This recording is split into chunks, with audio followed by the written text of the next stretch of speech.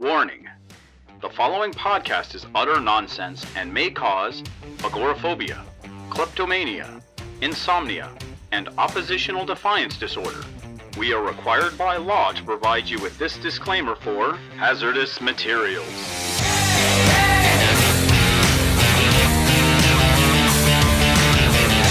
And welcome to Hazardous Materials. Last week's comics this week. My name is Casey, and with me as always, Gideon Gonzalez. Tell me what's going on right now. A lot of Spider-Man this week. This is definitely a spider-themed episode. Just to reiterate, what we do is we look at your comics if they came out last week, the night before, new comics come out the next week. So that way you can be all caught up in case you missed a week. Yep, and at the end of that, we talk about a little bit of media goodness. Exactly. And a lot of Spider-Man titles this week. But before we get to there, we've got one big DC title to talk about because I've been buying Black Adam's little Year of the Villain bit. Indeed. I've been picking up all the Year of the Villain one-shots. And I was a little leery of this one. It's because, so a little bit of background because it will require it. A lot of the ones you can kind of get by not knowing stuff. But so there's this evil alternate universe Batman, the Batman who laughs, who is a Jokerized Batman. Yep. He's the worst, and I hate him. I hate him.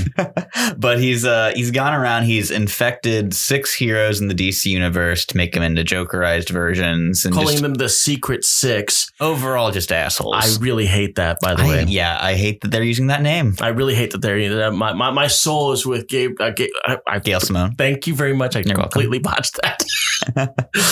Apparently, my soul is not completely with Gail Simone if I can't remember her name off the bat. It's true. Anyway, you were saying.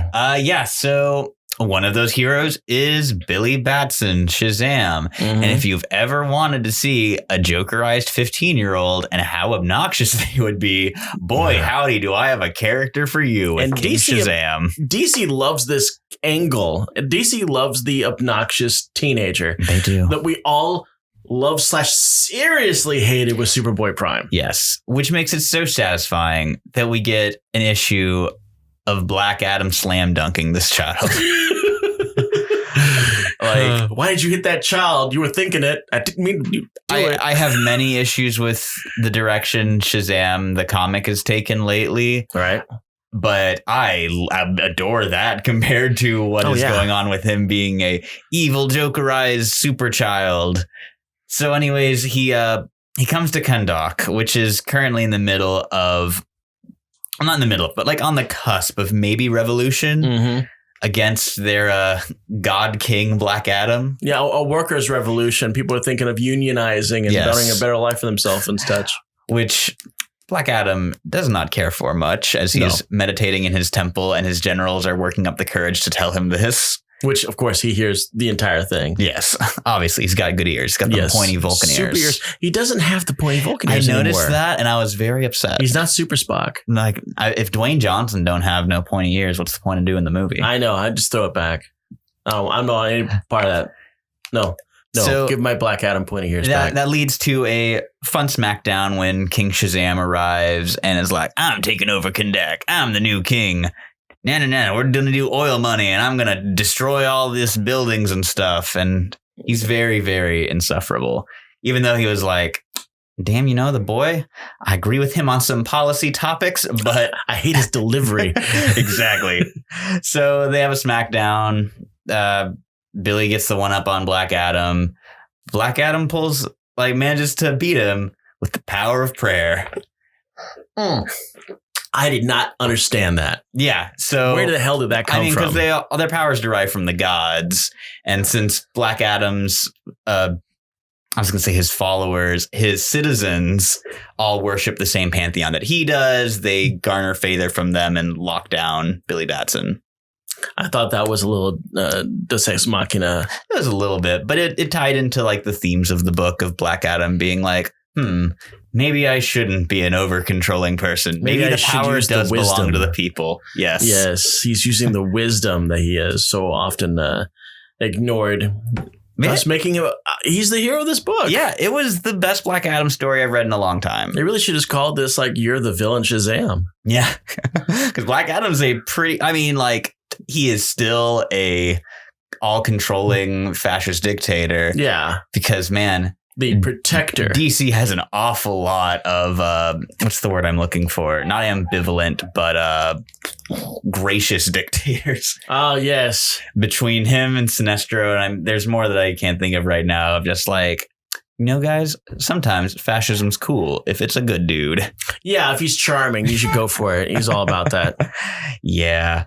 But, it was a really fun issue. I am excited to see what they do with Black Adam next. And if the movie takes its direction from this style, then they could do worse. You think that The Rock is going to start turning Black Adam into a charming guy from the islands instead of the despotic man from the Middle East? Can Doc become an island? I've been using quotation fingers. Those are retired. Go on.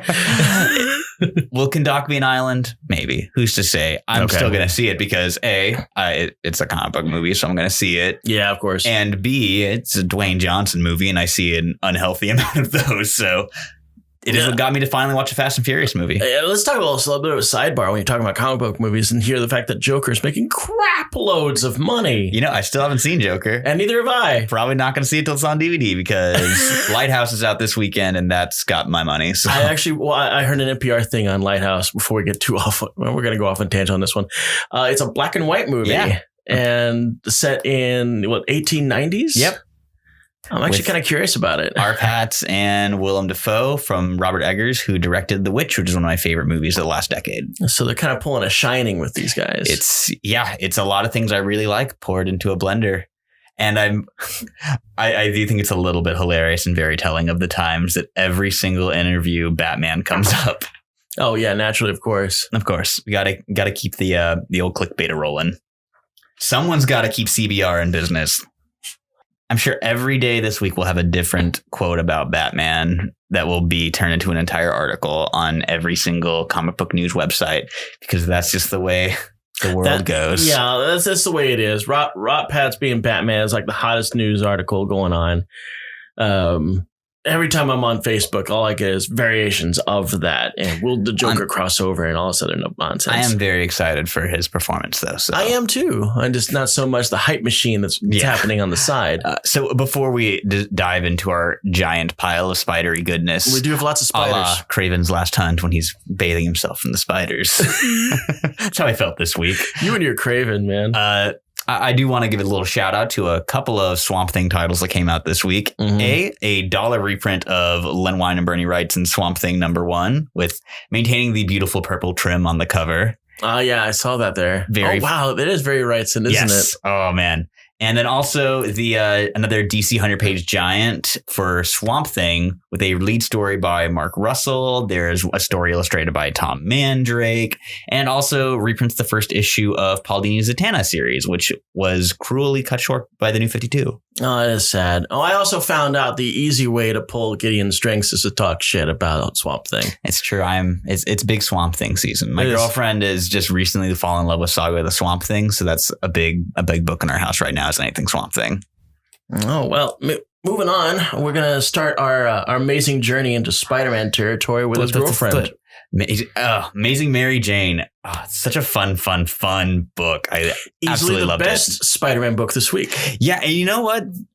Full Circle was no slouch, but Amazing Mary Jane was just delightful. It really was. Yeah, I love pretty much anything Leah Williams does, and this was no exception. You've got Mary Jane. We saw her head out west in an earlier issue of Amazing, where she got a movie offer.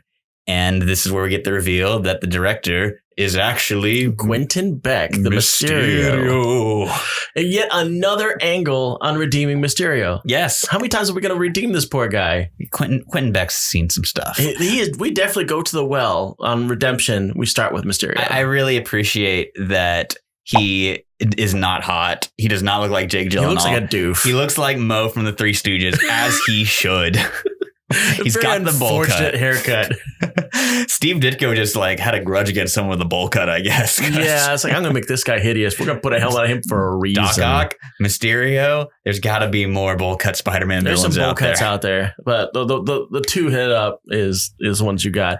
So apparently Mysterio is trying to make a movie that redeems or is a redemption story for Mysterio, a sympathetic one, Yes. which I think is interestingly timed. Yes, you pointed this out to me. I did not make the connection until you mentioned it. Yeah, well, basically, this feels like a write-up, send-up of what's currently going on with Joker, the romanticizing of the villain. There's a fun bit villain. where MJ is talking to Pete about it, and she was like, and I explained it to you. It's like, it's not about like empathizing with him or making him look like a good guy. It's making like the Breaking Bad of superhero cinema. It's like, boom, Joker. I was like- Perfect timed. Well done, Like, Marvel. damn, you sold me a bit more on Joker. doesn't have Mysterio we're in gonna it have to though. go to Joker together. Have to go to Joker Maybe. together one of these days. I'm gonna drag you out to a theater. We'll see. I've seen that staircase scene reposted with different songs though. You know, that's actually now a tourist spot. Yeah, which I saw a picture. There's people all over it now. I feel bad for people who live in that area. Yeah, what is that called? It's like the 176 steps or something like that. Something like that. I'm sure it was a miserable part of someone's commute, and now it's even worse. Yeah, no kidding. It's a lot of steps, and apparently now there's a lot of people all over it taking pictures doing this. I will say unexpected character that I really like seeing, the kangaroo. Yeah, I was really surprised because she flat out goes, "Oh, hey, kangaroo. No, I prefer if you call me Dave." Spider-Man's greatest foe / Barney Rubble cosplayer. Yeah. So apparently he's like a grip. Yeah. And that's when you first get the inclination that something's not on the up and up. So Mysterio not is only making a movie about Mysterio, but he's also doing it under the guise of a very famous director. Who he's tricked into going off to Antarctica and making a thing about penguins or the jaws of penguins. Yes, but he's not even making it right then. He is scouting to find the perfect penguin for the role. Which will take a year. You get a panel of him like taking serious photographs of penguins. It's like, that'll keep him out of my hair long enough for me to mimic him, do this bit, crank it out on the budget that we've got, and get it out the door. So this whole thing is beautifully drawn, I have to say. Carlos Gomez, whose work I'm not familiar with. I'm definitely going to dig into his bibliography after this. I wasn't really aware of it too. Some of the cool things I really like about this is the fact that not only is this kind of like pointing the point at Joker, but it's also pointing out something that Marvel Studios has a problem with, and well, Marvel in itself is just writing women badly. Yes. It's a major plot point of Mary Jane is going back and having to rewrite her role because Mysterio cannot write women. She goes, yeah, I like where you're going with this. Is great, but the dialogue is awful. And why am I in this weird catsuit, which I might remind you, I've ripped 3 times already today. There's a really fun scene where they're driving around the lot and Mary Jane is just throwing ideas at him. And he's like, oh man, that works really well. Yeah, I'm way more interested in this now. And he's maybe we should do this, and it'll give her this great backstory. And then she's like, do I hear a spinoff happening? Also, a couple more things before we move on. I love the full page of Quentin going, we are making art here, people. Where it's just beat panel of him clapping. Yes. And the last page reveal of what the kind of, I guess, action-y hook for the series is going to be. Is the Sinister Six. The Savage Six. Was it the Savage Six? After those were some of the animal guys that Craven had rounded up. Oh, that's in right. That Craven arc. It's that whole hook. Yeah, like Voltron, or not Voltron. Voltron's in there. Holy shit. Vulture, Stegron, King Cobra, the Scorpion, the Rhino, and there's Vulture. Vulture. I think I already said Vulture. Did you already say Vulture? I did already say Vulture. We got a mysterious 6th member we don't know. And maybe they'll form a Voltron. Who knows? And then Voltron is in the background. Just Vulture, and I'll form the head. But it's just this little tiny exposed old man head. Oh, also the 20-second dance break between MJ and Pete. Adorable. That was very cute. Cutest page I've seen in a while. That was very cute. I really love whoever is writing this. I can't remember. Leah Williams. Leah Williams is writing on this. Who has she done before? She did during Age of X-Men. She wrote the Extremist miniseries, which that was the one that had, as we call them in the store, Sweet Daddy Duke's blob, where he got like a He got a complete character overhaul, and I don't want to spoil it, but okay, yeah, it's the best thing to come out of Age of X-Men was her mini. She also did a Emma Frost one shot that was great, a What If Magic Became Sorcerer Supreme one shot that was really good, and the War of the Realms Giant Men miniseries where I didn't read any of those. They were. I first read her in the Emma Frost one shot, and then the What If came out like that same month, and then I was like, okay. These are amazing. I'll pick up anything she does. And so far, I haven't been steered wrong. You know, as attractive as the idea of a magic one shot and What If, I just, for whatever reason, didn't pick it up. Because haven't they done that before? I feel like it's come up, but this is a different take. Yeah, and it's very, very good. I highly recommend it. And I think they're coming. The same creative team is doing the Doctor Strange The End one shot. They're coming out in January because they're bringing The End back. You know, this might have nothing to do with it, but who is writing the New Mutants? The new series? Yeah. I believe it's Jonathan Hickman with Ed Brisson. Okay, good. I'm really excited about that. Yeah, that's where Magic's going to show up next. Mm-hmm. I really like that. I really like the fact that they're going out of their way to finish the full original team by going out to get Cannonball. So and Mondo's going to be in it. I don't know Mondo I don't know Mondo from when I last saw him, which was as a villain. Yeah. So I don't know how that developed. I'm going to assume that Krakoa made everyone back into their best selves, so he and Skin get redemptive arcs. Speaking of that, well, you know what? I'm going to wait until we talk about Marauders to talk about that. So I guess that's a good enough segue to go into this week's Vanilla Amazing Spider-Man. Yeah, which is really kind of a setup issue on the whole 2099 thing that they're going to get ready to do. But it does do a little bit of backstory because we see Peter... I don't know, is matriculating correct? I don't think. But hanging out with the other teachers. Oh, no, those are his other students. Oh, they are students? Yeah. Okay. They're all in grad school because he's working on getting his degree again after Doc Ock's credential. Yeah. So there's a complicated opening arc where it turns out that since Doc Ock wrote all those things that got Peter's doctorate, it's technically plagiarized from other Doc Ock work. And because there's software that allows people to track by the nature of their writings and their styles where they actually came from, they deduced that all the stuff that Pete had come up for can be traced back to Dr. Octavius and therefore not his. You know, I'm glad they did that because it did really, really bother me that Peter Parker would coast by on Doc Ock's coattails for getting him his degree like that. I did feel that was a character who's defined by overwhelming sense of guilt and responsibility would just be like, oh, okay, cool. I didn't have to work for this. It felt wildly out of character for me. So I'm glad they've walked that back. And now he's actually going to school again. And not only they walked it back, but they give him a sense of redemption through Kirk Connors. Exactly. It's like, okay, Pete, I know you screwed up, but I'm going to give you your opportunity to get your stuff back on the path. And he teaches as a lizard man. It's very fun. Oh, that was hilarious. I did like that. So anyway, he runs into a student who has probably the only working bit of webware back from when Parker Tech or Parker Industries was around. So I thought that was kind of cool because the whole hook on the whole web things is that they used it as another Deus Ex Machina I'm going to throw out there to solve the day.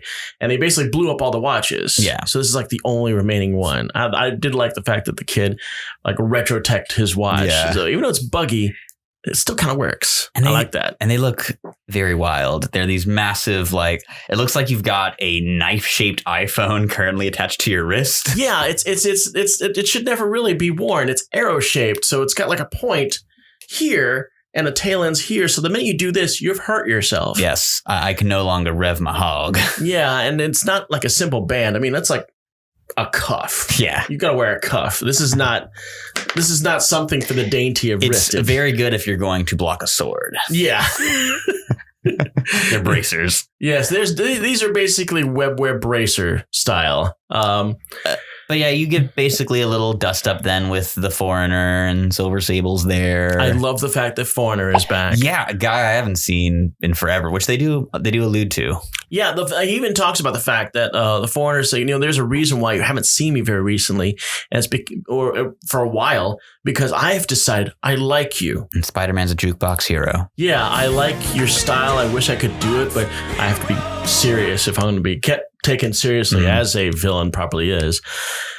But yeah, even though I like you, I still have to beat the crap out of you because I got to sell the Infinity Formula, which is what they used to keep Nick Fury all young and spry back when he was doing his Shield days before he ended up on the moon. And then we get a good deal of foreshadowing for the 2099 arc that's going to be coming up with Miguel waking up in the present and jumping out a window, finding out he can't remember how to glide or web sling and crashing down into the streets into a taxi. Thank God our web guys are durable when they fall. Exactly. They got some strong spider bones. Do you remember back in the Tobey Maguire days when he fell? I mean, and he hit a few things going down. Like that broke some bones. And he just stood up looking, I'm cool. It's like, yeah. I'm back. Yeah, Spider-Man can take some hits. My back.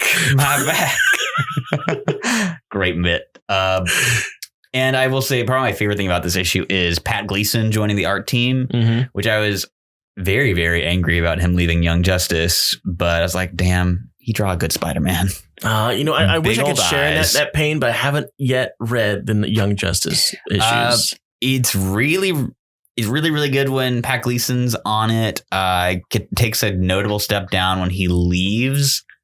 I actually recently just dropped the book because I was just like, I need to cut back on some titles and I might pop back in it later. But the Earth 3 stuff was fun. Speaking of dropping books, tell me about Avengers 25. Yeah, it was fine. Nothing really got achieved from the book at all. It's so frustrating, especially because when we read Ghost Rider, we're like, okay, maybe we'll like understand a bit more after reading Avengers.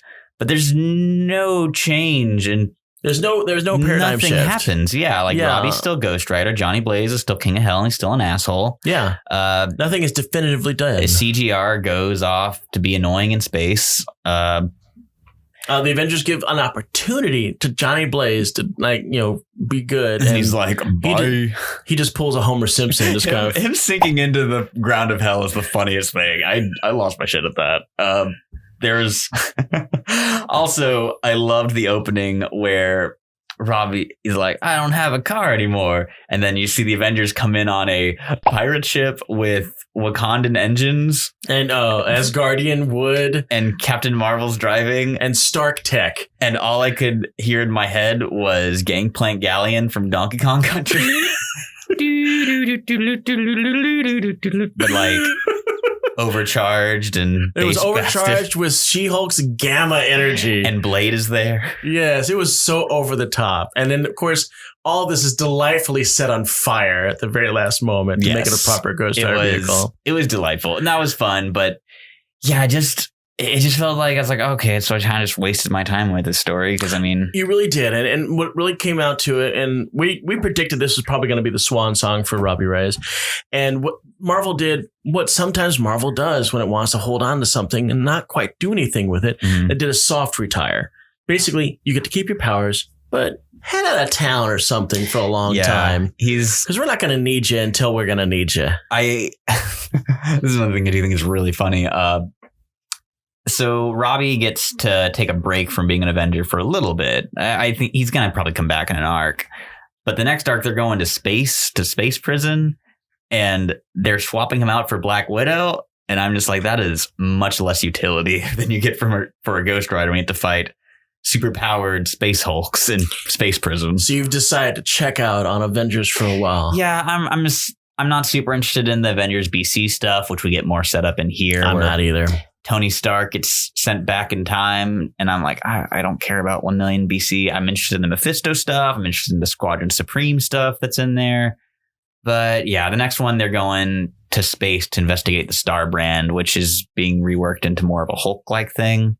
I'm going to say it right now as far as Tony Stark. The best time travel he's ever done was that bit when he time traveled with Dr. Doom to King Arthur times. Oh, so good. That's it. Iron Man number 150. Probably one of my all-time favorite Iron Man issues. Quest. It was super cool. And it had that gigantic spread of the war between Morgana Le Fay and King Arthur and Dr. Doom and Iron Man. I was like, I wish I could make this into a poster and put it on my wall. As a child, I just loved this stuff. So fun. Of course, I had the typical 80s Marvel edit. All the blood was black. Of course. Yeah, but it was still implied. Everyone bleeds heavily coffee. Heavily bloody. I mean, these days, they don't really care about that, do they? No, you get a decent amount of blood. Or you get like when Ryan Ottley was doing that Carnage fight in Amazing Spider-Man, and it's just like, oh no, it's not blood, it's just symbiote. Yeah, it's just ooey red symbiote jizz. Moving on to going back to another Spider-Man title. Yep. Spider-Man Full Circle was a super, super fun jam issue from... And yet another surprise 89-page yeah. thrown at I'm me. like, hey, Casey, read this book. It's going to be great. And you're like, okay. Yeah, so oftentimes I read these books right before I'm supposed to come out here. And I have a definitive time in my head. Okay, I've got to get here to the studio before rush hour hits here in San Antonio. I got 20 minutes before I'm going to hit I did it again. 20 minutes before I get out here, it's like, you know what? I could probably crank out one more issue. So I open up this thing on digital, and it's 89 pages long. It's a long one. So it is a jam issue from it. I had to write down all the creators because there's a lot of them. There's a lot of them. So I read the first part of this because Chris Pacello. Yes. Damn. I read his hook, and then I realized, okay, so now all the chapters are coming into play.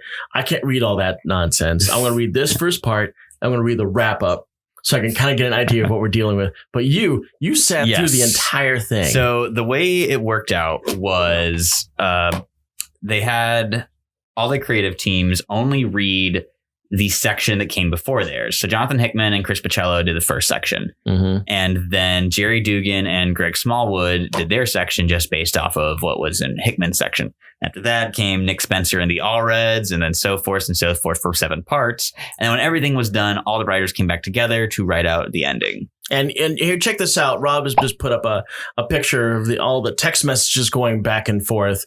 For this, just basically this giant game of telephone. It was very fun. So the different creative teams are, the first section is Jonathan Hickman and Chris Pacello, Gerry Duggan and Greg Smallwood, Nick Spencer and Mike Allred, Kelly Thompson and Valerio Schitti, Al Ewing and Chris Prouse, Chip Zdarsky and Rachel Stott, Jason Aaron and Cameron Stewart, who I haven't seen do art in forever. Really? I love Cameron Stewart, and I was very glad to see him in here. And then all the aforementioned with Mark Bagley drawing the ending. Mark Bagley. Let's see. I went to my 2 favorites when I was looking at what I wanted to read. But if you saw that thing that we posted just a moment ago with the text messages of how this whole thing came together. And I guess they basically went out and had lunch and decided how they were going to end this book. We obviously can't go super in depth into everything because each part is just jam packed with delight. Yeah, we really can't even go piece by piece on how the story ends. We can just tell you it starts off with S.H.I.E.L.D. up in a satellite, and they found that, and AIM has basically captured Spider-Man for 2 weeks. And this is during the black suit Spider-Man era, after Symbiote. So yeah, we got old school Nick Fury rocking the Infinity Formula, second mention, yay. Letting them know, okay, we came to get you. And then as they're leaving, Spider-Man hears a voice from another cell saying, hey, let me out. And it's like, man, I don't know who you are. I'm not going to let you out. It's like, no, trust me. Just let me out. It's like, you were just captured for 2 weeks and you got out. Why don't I get to get out? Well, I got to go about the greater of 2 evils. Maybe you're worse than AIM. I tell you what, I'm going to unlock this door, but you got to leave when we're out of here. Foreshadowing. God, I almost did it again. So that we find out the whole story, just madness involving the whole story we got with like Cap Wolf references and Peter turning into a giant pig. There's a lot of Peter Porker in this. Yeah.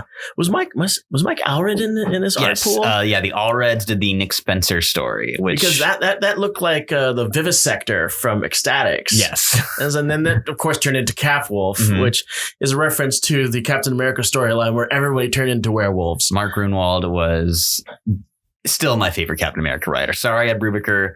Love Bucky Cap, but I love Grunwald's run. He was on the book for over a decade. Yeah.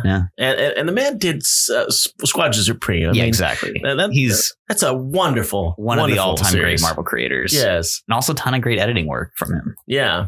So a lot of madness sprouted from this book, far too much for us to really reference on it. But when it comes back, we find out a lot of time travel. The whole hook is that he keeps time traveling and then trying to come back to fix it, and just keeps getting worse. Yes. I want to give a special shout out, though, to the Jason Aaron, Cameron Stewart story, just because in all the Spider-Ham craziness, we do get a Kraven's Last Hunt Spider Ham character who, in an homage to one of my favorite creepy scenes from that, where Kraven is naked and showering himself with spiders. Of course. Where you see this I think it's Craveham the Hunter is his name, lathering himself with bacon. I must become the ham. That's so awful. It's so good. Yeah, Amazing Spider-Man full circle. Buy it now because absolutely. If you have to buy one book this week, it would have to be this one. Delightful $10 tome because they're reprinting it in January as a $30 hardcover. So don't be a sucker. Go out and buy it now. Oh, we were gonna get a markup. We're gonna charge you $20 just to make it hard. Exactly. I said that. Moving on. Let's see. We've got Immortal Hulk. It's a book that I was going to say Immortal Hulk. Yeah. This is a book that just blew my damn mind. Oh my God. It was wonderful. I feel like there's going to be a lot of people that hate this issue, but I absolutely adored it. Yeah. I mean, if there's one thing that's absent about this, it's, Hulk. Kind of.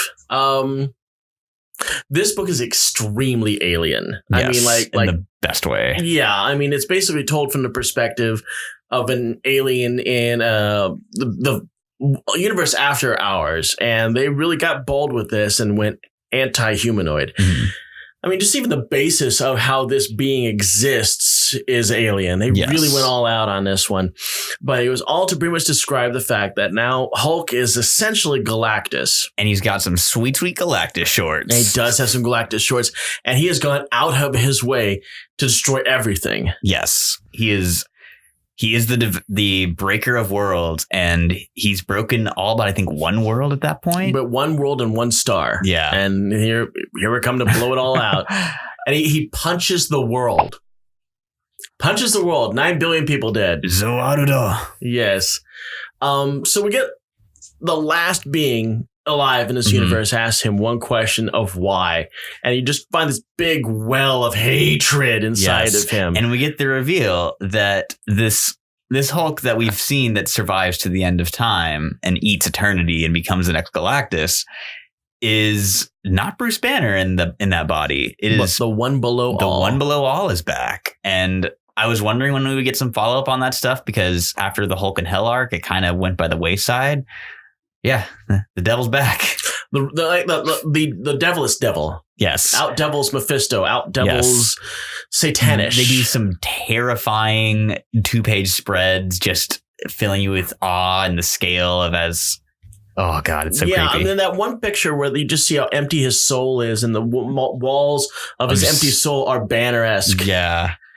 This book tripped me the hell out. Yeah. Herman Garcia does the art in it, and he does such a good job of keeping things so bizarre and alien and just indescribable, like really gorgeous stuff. And you have to wonder, you're sitting through this book, I'm like, oh, okay, how is this going to relate to the main story? This is like completely out there. But what's going on is the alien has created like this strange abomination of a creature to send back in time with the memories and knowledge of what's going on with this universe. So basically our boy Hulk and his team are going to get this thing and realize, if we go on this path, this is what we become. But someone else gets it first. The leader. Yes. Who is my favorite Hulk villain. And I've been waiting for him to show up in this series, and him having this knowledge and also singing the ending to Mr. Rogers while he is dissecting the creature from the next universe and finding this little nugget.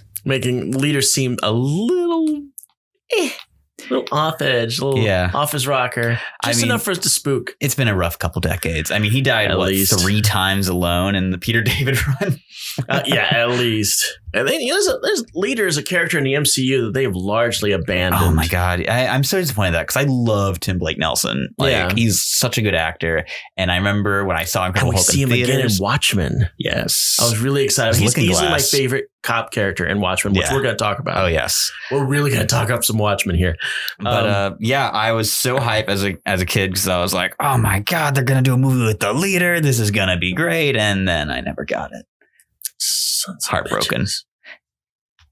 Damn you, studio politics, keep me from getting another Hulk solo movie. And our last title for this week is, as is tradition, an X-Men book, Marauders. Marauders, the non-X-Men title that is an X-Men title. Ahoy, muties. Yes. Now, this was high concept. Yes. You really have to go high concept when you're thinking, okay, we want to make an X-Men book, but I really want a pirate book. It's Mutants of the Caribbean, and it's delightful. And I didn't know how they were going to execute this, but they managed to pull it off. And then they got a really good idea because it turns out that Kitty Pryde, who now prefers to go by Kate, coming full circle now because that's what she referred to herself at in Days of Future Past, can't go through the Krakoan teleportation gates. Yeah, and that's after months of seeing in the solicitations her having the bandaged nose and black eye, and people are like, oh, I wonder what caused that. It's because she bonked on the portal. Which we have no explanation as to why that's happening. I mean, one could just simply ask Krakoa, but no one seems to want to do that here. I'm wondering if it's maybe she slighted him. I've got two possible ideas here. All right. First off, maybe her powers just make it so she can't go through portals. That was what I was thinking about. It doesn't go gel well. The second, more devious one is maybe they're intentionally keeping her out because she might stumble upon Moira. Because she's in her secret little spot that can only be reached through portals. That she could just, maybe she could like just easily just phase right on in that place. Or she trips and phases through and lands in there. Oh, wow. Well, there's possibilities. I think the first one is probably on the ball, but for story purposes, there probably is something slightly more serious. Yeah. So the concept becomes if she can't go through the portals, then the likelihood of other mutants not being able to go through the portals is probably possible. And it turns out there are several nations that are guarding against this. Russia, for instance, is guarding theirs, saying that no mutants could possibly want to leave Mother Russia.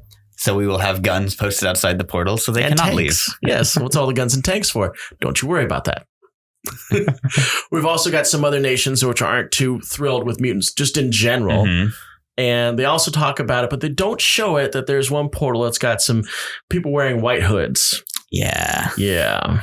Man, the Klan is just in the air. The Klan is definitely in the crosshairs of the comic people these days. And I got no problem with that at all. Yeah, and if we can have a nice, solid issue of Nightcrawler beating the shit out of the Ku Klux Klan, I will buy that book in triplicate. Superman and Nightcrawler. It's team up we need.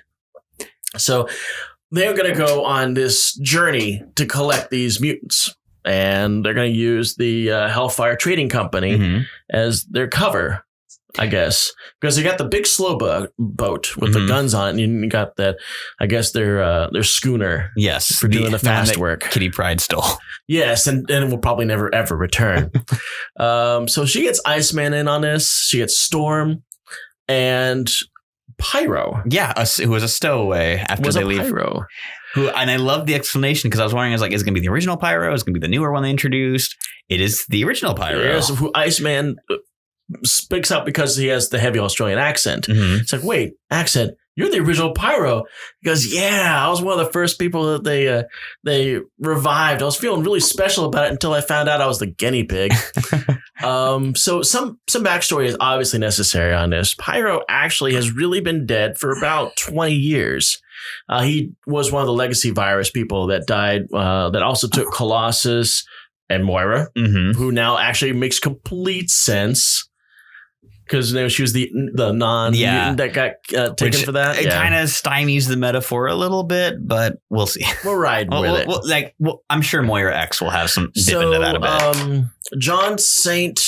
Allardyce, I believe is his name, actually checked out before he died of the legacy virus. He did some heroic stuff.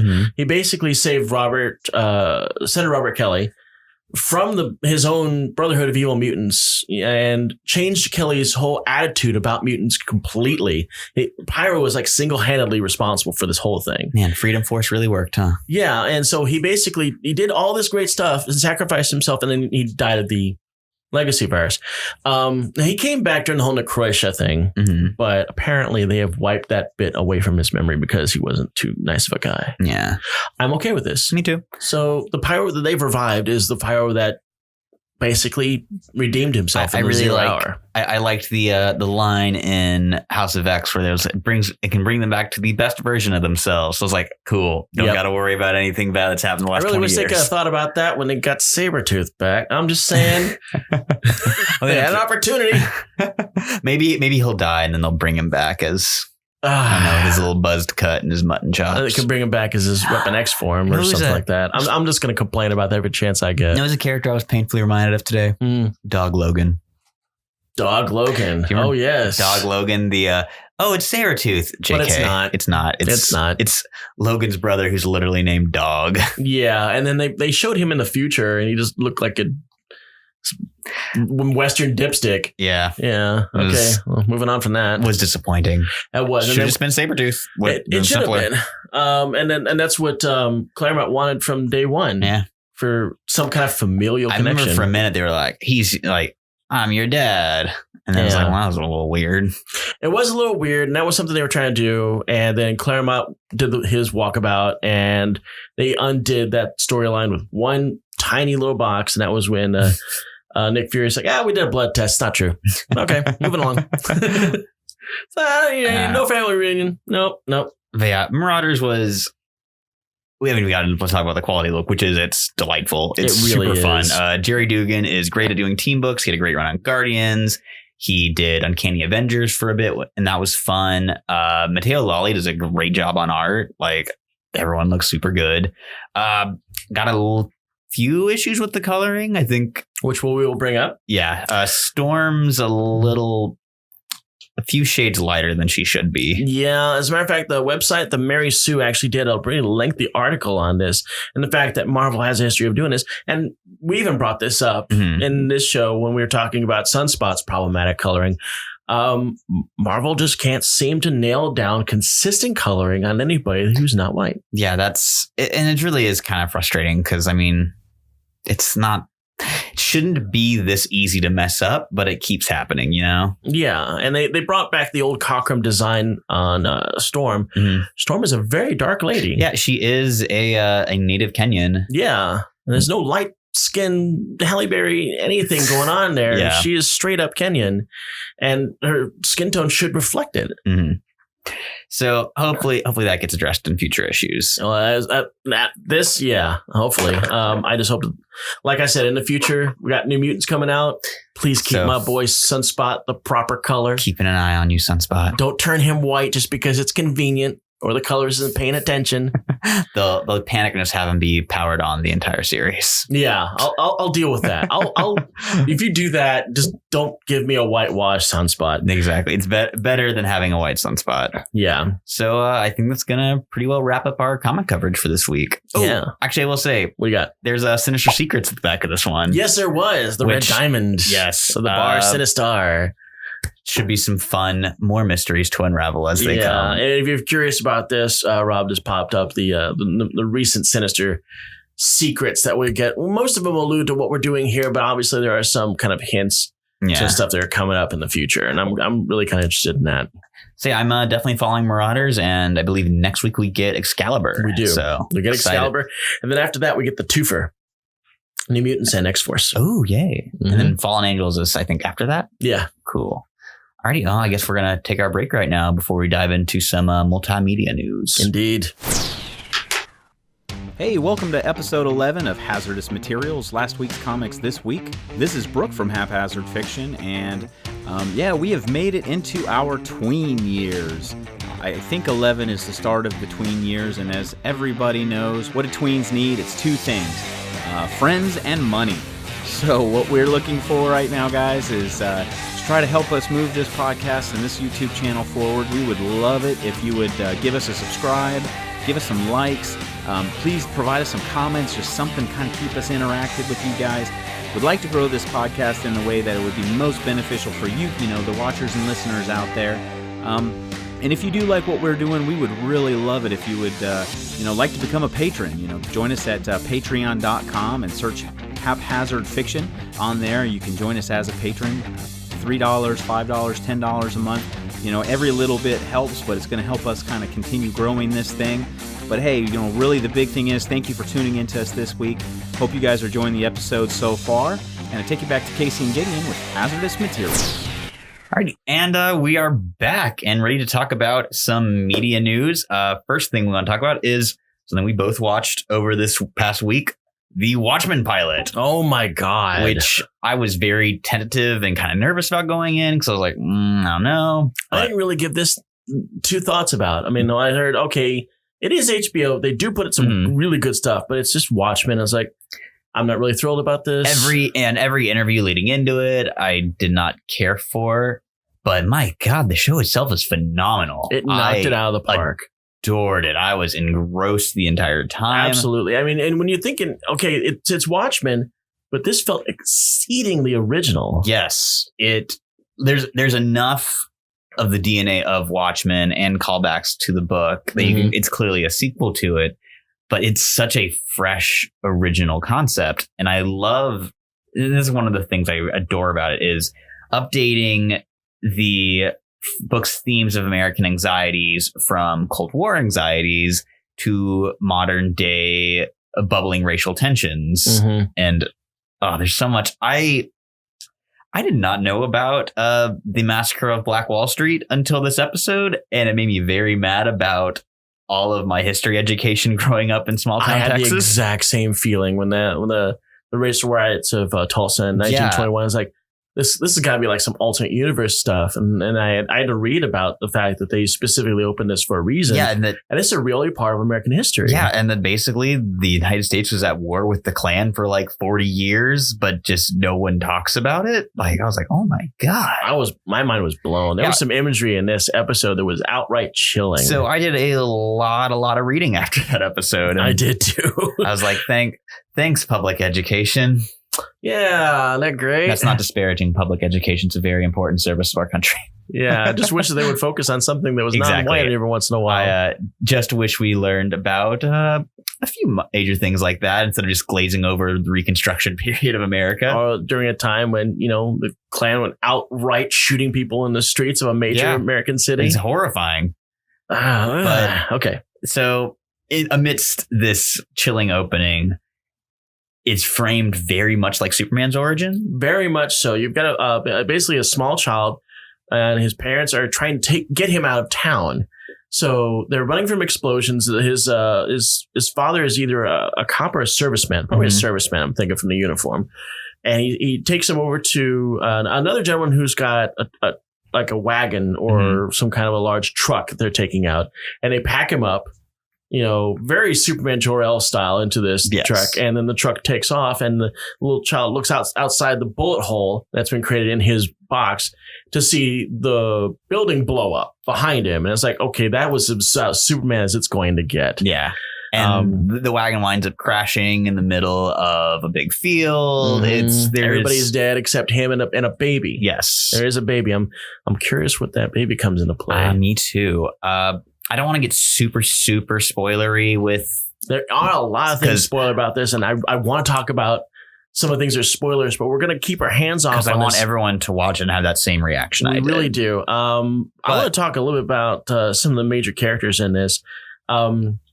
Regina King plays a teacher in this movie. She's not a teacher; she's a baker. She's a baker. Yes, but she's visiting a school and talking about what she does. And that's right. There's already a teacher there, and you get kind of a glimpse of what America is like, that their flag is essentially a large circle filled with blue and stars and stripes. Vietnam is a state which was established in Watchmen. And apparently the president is Robert Redford still. Yes. Apparently he's one of those presidents for life types because he's been in like Nixon was in Watchmen. Nixon had been president for I think 30 years. Yeah. So Redford has basically been president since the 80s. And I guess gave people how best do I phrase this? Reparations were basically finally given to African Americans in the United States. Which are disparagingly called Redfordations. Yeah, that didn't go over too well when that was actually uttered. Yeah. Yeah, somebody got their nose bent on that one. So Regina King basically plays this baker, which we're going to go a little bit spoiler just to kind of get into this idea. It turns out that she's a cop. Now, in Watchmen, or at least in this Watchmen universe, being a cop means keeping a secret. You can't be a cop in public. All cops wear this yellow mask you see right here in front of you. Every time they're dealing with each other, anytime they're dealing with the public, the mask goes up. This happened a lot because one of the main characters in this episode is the chief of police. And when the chief of police walks around... Don Johnson. Yeah. And when the cops that he sees walk around, the minute they see him, their masks go up. Yeah. Yeah. He's the only one who is publicly a police officer. He's like a public figure of the town. But he lives very isolated and is heavily, heavily guarded. Yeah, and it turns out that when a cop gets hurt or something like that, they have to cover that up too. Like, oh, well, he got carjacked. You know, he's in the hospital because he got carjacked or something like this. So the detectives are basically costume heroes. They have their own identities. They have their own looks. They're the ones heroes as much as you can be in the Watchmen. Right. That's another thing that we'll have to get into. So she's a hero called Sister Knight. Really cool. I love the way she looks. She got the whole black smear right here, so you can't even tell what ethnicity she is. The veil over her mouth. Yeah, and it's very, very nun-esque, but like badass superhero nun. Badass nun just kicked the crap out of me. I don't know what's going on here. I really love her character. Yeah, I really like the fact that they went with a female-centric character who has a husband at home. And it's like mirrored what is casually is done with action heroes, where you have the male lead go off and the wife stays at home. You don't really see them that often. They're kind of a B character. Her husband is clearly a B character in this, but he supports her completely. Don't you disparage my man Yahya Abdul-Mateen II. Yeah, I'm not disparaging him. I'm just saying will not. He did not show his whole ass for this disrespect. But his role is what typically would be regulated to the female lead. He is a supporting character, but I do love what we said at the exact same time. Weird. But I do love his performance here. He does a great Manta. job. I'm a big fan of Manta only because I hate Manta so much. I really hate Manta. I hate Black Manta because he's a good villain. Yes, he is eminently hateable. Yes. Great character. I'm sure I've brought this up at least once. I think probably when I was in like the comic shop with you, we were talking about how much I hate Black Manta because he's a good villain. Great bastard. Anyway, Yahya Abdul is not a bastard in Watchmen. He's not a bastard in Watchmen. He's a really cool dude. He definitely supports his woman. And I want to talk about another Tim Blake Nelson, which you probably remember from A Brother, Where Art Thou? Thank you. Incredible Hulk, Ballad of Buster Scruggs. Yeah, he was supposed to be the leader in the MCU. Guess that didn't happen.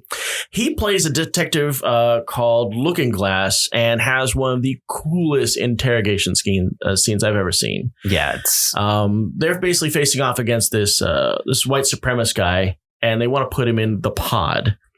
So they get him in this weird spherical room, and Looking Glass, who has a completely reflective mask, as you can see in this picture, shows him a lot of imagery and asks him a lot of questions. Some neutral questions. He knows he's going to get a truthful answer, right? And then some instigating questions like, what would happen if I took a defecation on the flag right now? What would you do about that? And he basically gets everything he needs out of this guy. I love Looking Glass. I think he is so cool looking. And I really love this scene of him interrogating that guy. One thing I really want to get into on this show is I had a big concern going in as like, oh, is this all just going to be like propaganda? Is it going to be very like, oh, the police are definitely good guys who will always go after white supremacists? Which I was like, that could be a little problematic. That's the least realistic thing about this superhero show. But no, it seems to me that they are definitely going to dig into that. Yeah, these are some pretty messed up tactics. Like, even though they are fighting like a very awful group, they're kidnapping people out of their homes on hunches, beating them until they bleed and piss themselves. Yeah, well, that was definitely P was coming out of that door. And they're all masked. Yeah, doing interrogation that, I mean, he says he got what he says. Oh, he's definitely that. But that's basically just one detective. Exactly. Just, yeah, it was as effective as a lie detector test, basically.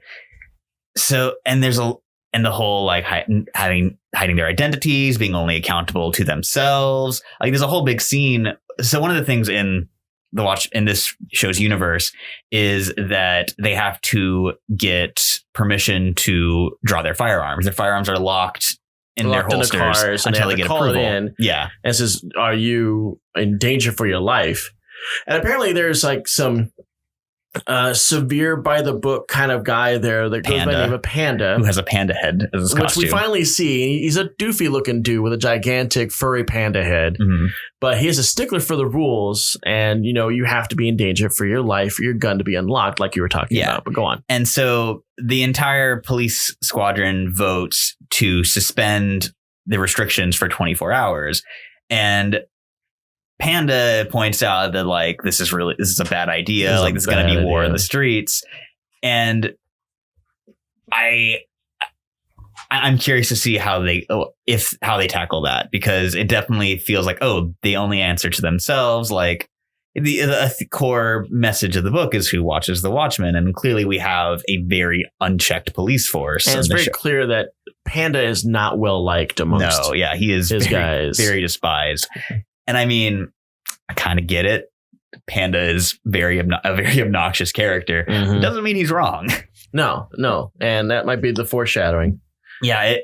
After a decade of 24 and very pro extrajudicial methods, 24. I'm really hoping they take a critical lens at the vigilante as a hero.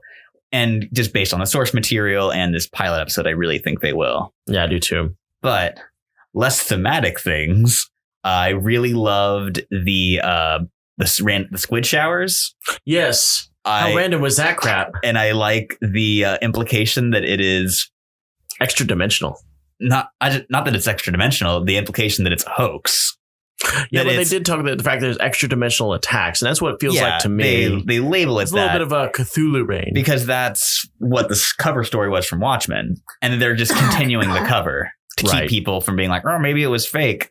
Which they mentioned that the 7th Cavalry, the white supremacist group that is inspired by Rorschach, that one of their beliefs is that the attack on New York was an inside job.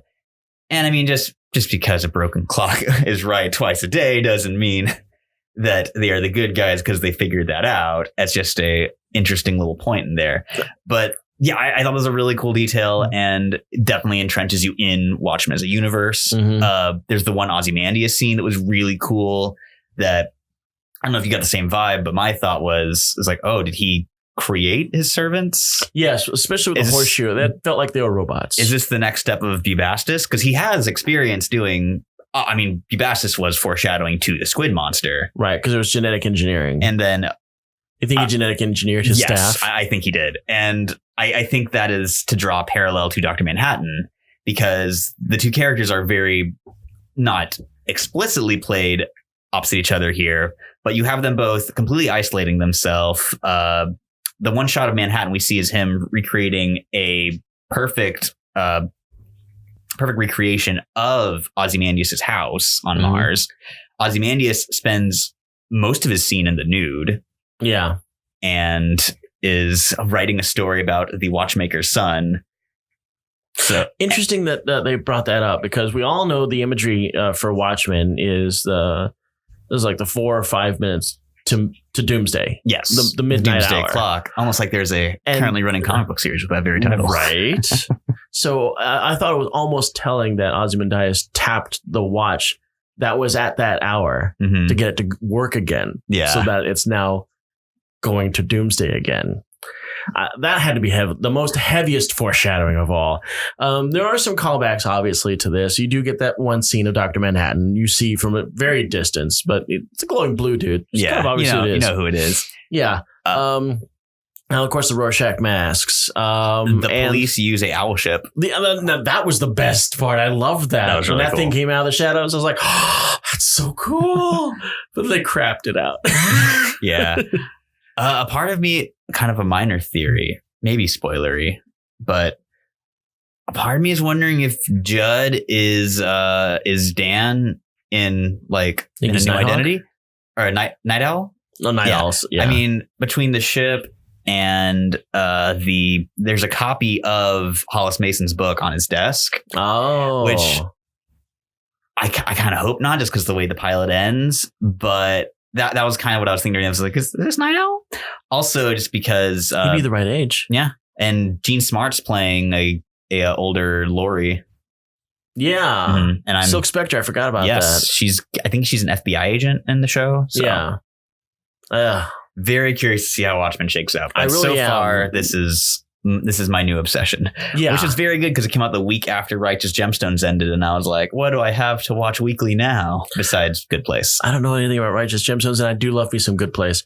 I'm sad that's coming to an end. Sure, we should probably move on though, just because we do have other things to talk about. Talking about watching The Watchmen. I warned my producer, once we get to Watchmen, we're going to be chewing the fat on that one quite a bit. Sorry, man.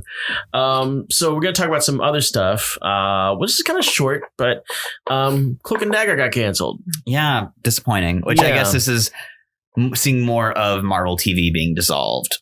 Yeah, Marvel TV is. I don't know if it's really getting dissolved, but definitely the pieces are shifting, and it feels like this might have something to do with the fact that Jeff Loeb has not yet, but is heavily implied that he's going to announce his retirement not retirement, but his ending position at Marvel TV around Thanksgiving. I think that Cloak and Dagger is probably one of the first casualties of that, and. I'm also hearing the fact that even though Agents of S.H.I.E.L.D. is ending and they had intended to put a female superhero-led show to replace it, that detail will not change. Okay. So if Loeb leaves, maybe stays, that fact is set in stone. So I'm kind of curious if they've already got an idea. Maybe. I mean, for the longest time, I was like, it'll probably be like a Kamala Khan show, but she's going to be on Disney Plus. So. And when one could also think, well, it could also be She-Hulk, but then boom, she's also got a show. So who could it be? I want to hear what your idea is. Oh man, and I want to hear what your idea is. Post it down below. What's our new female show going to be? But first, get in. Tell me. Maybe we'll finally get that Mockingbird spinoff. Nah. Maybe. That's never going to happen. They already tried that pilot with Marvel's Most Wanted. Yeah, that's true. And that didn't even see the light of day. I mean, is that even in like cons? Because I mean, they shot it. Adrian Palicki and never aired superhero pilots name a more iconic duo. It's very true. She was the TV Wonder Woman, and we even got to see some scenes of that. I had a bootleg copy of it. Not great. And that costume ended up in another ABC TV show, didn't it? Did it? Yeah, it's like a Halloween costume. It ended up in like a castle or something like that. That's kind of funny. Yeah. I didn't know that. So that's what's going on there too. But, speaking of Wonder Woman, though. Yeah, indeed. So we've got new casting and a release window for a first trailer for Wonder Woman 84.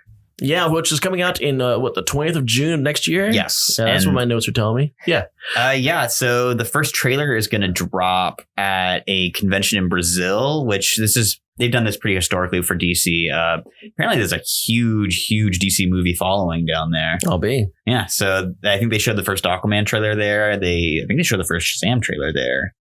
So our boy Pedro Pascal, who's getting a lot of work lately. The Viper. Yes, the Viper from Game of Thrones, as you can see here, who's also going to be in Disney Plus's Mandalorian as the Mandalorian, is going to be playing Maxwell Lord. Now, if this is the case, we're probably thinking this is going to be the Maxwell Lord that we don't like. Yeah, which... It's complicated because our relationship with Maxwell Lord is complicated. Yes. So Maxwell Lord, for the uninitiated, was the founder of the Justice League International during the 80s. He is a smooth-talking, social-climbing businessman who, over the course of the series, develops mild mind control powers with the cost of having a gratuitous nosebleed when he's doing it. Here. 20 years passed by, and in the lead-up to Infinite Crisis, they decided to bring Maxwell Lord out of nowhere as a megalomaniacal villain who shoots Blue Beetle in the head. One of the most graphic depictions of a hero death I've ever seen. Yeah. And releases a army of killer robots on the world and is eventually only stopped by Wonder Woman snapping his neck. Right. And of course, adding a salt to the wound, we find out that this is not mind-controlled Max Lord. This is an evil Max Lord. This is really Max Lord as he's always been. He's just been playing. Yeah. The worst part is that I really, really hate when creators go in and like, oh, you know those fun, silly comics you like? Well, those are stupid. What if they was actually messed up and evil? It's like, okay, whatever. It felt like somebody was on a journey to get rid of everything cool about that particular part of the JLL history. Yeah. With Sue Dibney turning screwed up. No, not Sue Dibney. She was murdered. Yeah. After being raped and murdered. Yeah. And then Elongated Man dies in his journey to deal with that, becoming the most humorless hero I've ever seen. We do get we got the never fulfilled promise of Ralph and Sue Dibney ghost detectives. Yeah. Which would have been that. great. We were robbed. Yeah. But it did seem like DC, whoever was running DC at that time, had a serious grudge against that era of the JLA. Yeah. And then we had, because not only is Maxwell Lord, the founder of the team, revealed to be evil, he shoots Blue Beetle in the head, the character who probably gained the most from JLI. Yeah, and it's not one of those off the screen shots. I mean, as you can see here, it blows right through his head. Barbara Beetle took it right in the dome. Yeah. And he was really dead. There was no, hey, maybe he survived it. No, look at our boy. He's dead. He eventually came back after some reality warping and some restarting. A couple of reboots later, he came back. It took a long time. As I've implied in other episodes, when you kill off a hero, yeah, okay, great, he's coming back. But it might be years, maybe even decades before he comes back. And that's kind of getting into the complicated part is I like those stories in a vacuum. Like that final Greg Rucka Wonder Woman story, Sacrifice, is phenomenal.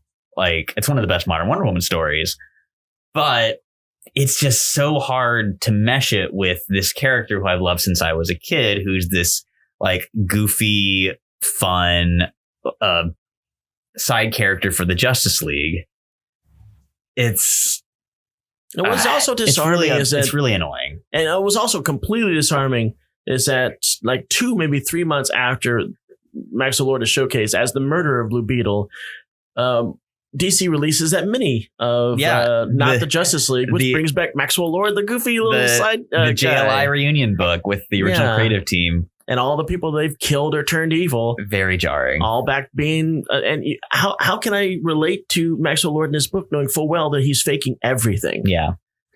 It's you got to do some mental gymnastics for it. My personal one is that since the psychic powers weren't always present, that he was slowly corrupted by them.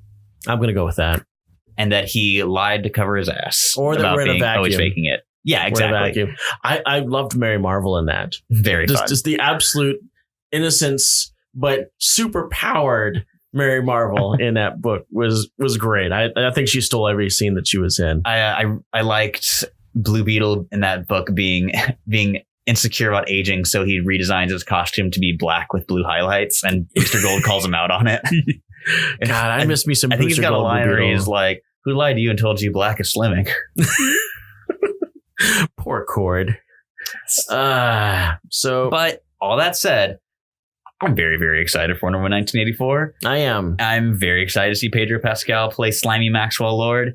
And damn it, Maxwell Lord's a great Wonder Woman villain. In spite of all the buckets and buckets of baggage that comes with him, Sacrifice is a damn good story. Did we break up the Hocus Pocus? No, we should, because we had natural segues this time. We do have natural segues. Hocus Pocus is apparently getting the sequel that people have been asking for a couple of decades now. Yeah. And it's apparently heading to Disney Plus. Now, while a story has been drafted, apparently a director even soft selected, the 3 primaries have not attached themselves yet, but apparently they're being sought after. If Doug Jones doesn't come back, we riot. Yeah, well, Doug, he's going to be in everything that requires some weirdo dude in makeup. But I mean, our 3 primaries are still, healthy, even though a couple of decades have aged them a little bit. I think Bette Midler is still badass. Exactly. I think she can pull this off. I mean, they're witches. You know? Those that Patty to Jamie is the one with the twisted hair. Mm-hmm. And Sarah Jessica Parker. Yeah, I think they could pull us off. Me too. I think it'll be fun. Who doesn't love Hocus Pocus? All right. And I mean, because I really just need something to convince me to get Disney Plus. Yeah. There's such a dearth of content. I don't know, man. It's not like I pre-ordered it. You can pre-order a subscription service now. And yes, I sure as hell did it. Because I want me some nice Mandalorian. Wish I had some Verizon as my carrier so I could get that free year. Oh, yeah. Verizon did announce that they were giving Disney Plus people. Oh, my editor apparently has Verizon. Yeah, screw you. So, yeah, people on Verizon, you get a free year of Disney Plus. Ain't that cherry? I just wish that T-Mobile had the same thing. Thanks, AT&T. Yeah. But I think with that's going to wrap it up. That kind of wraps it up for us. Now, a couple things we need to point out. Again, like every episode, we need to point out we're a young show. We need as many people involved with us as we possibly can. And that includes people using our Patreon site, which we have down here in the links. Smash a like if you like what we're doing. Throw some words at us. Maybe give us a follow. Yeah, good or bad. Give us. Let's hear what you have to say about the female-led super team that's apparently going to be happening in ABC after Agents of S.H.I.E.L.D. wraps up. And but most importantly, we need to let you know we're going to take a little vacation next week because it's Halloween. And we need to spend some time with our beloved spooky loved ones, like Rick Ryder back there. A little dead Nova. Here lies Gideon's hopes and dreams for comics Rick Ryder. Actually, you know what? Al Ewing's going to be writing him in a couple months, so the dream is alive. The dream is, and speaking of which, a little bit of last minute knowledge. Apparently, Endgame and Infinity War was going to feature a Richard Ryder, but got written out at the last moment. You hurt me. I do. I wound, but only because I love. Here lies Gideon's hopes and dreams. But we're going to grab a few things that are happening during the week of Halloween. We're definitely going to be talking about that Excalibur. It's going to be dropping on Halloween. I don't think it's a super heavy week for me next week. So. No, it doesn't seem like it would be. So it's a fifth week. So we're going to cherry pick, but we're definitely going to be talking about a lot of X titles because the week that we're coming back, not only we have Excalibur, we also have New Mutants and X-Force to talk about. So much like this was the week of the Spider. That'll be the week of the X. I mean, isn't that every show we do? It is, yeah, that's pretty much true. We love us some X-Men here, especially after Hickman got a hold of it. But we'll see you after Halloween. Yeah, have a good spooky time.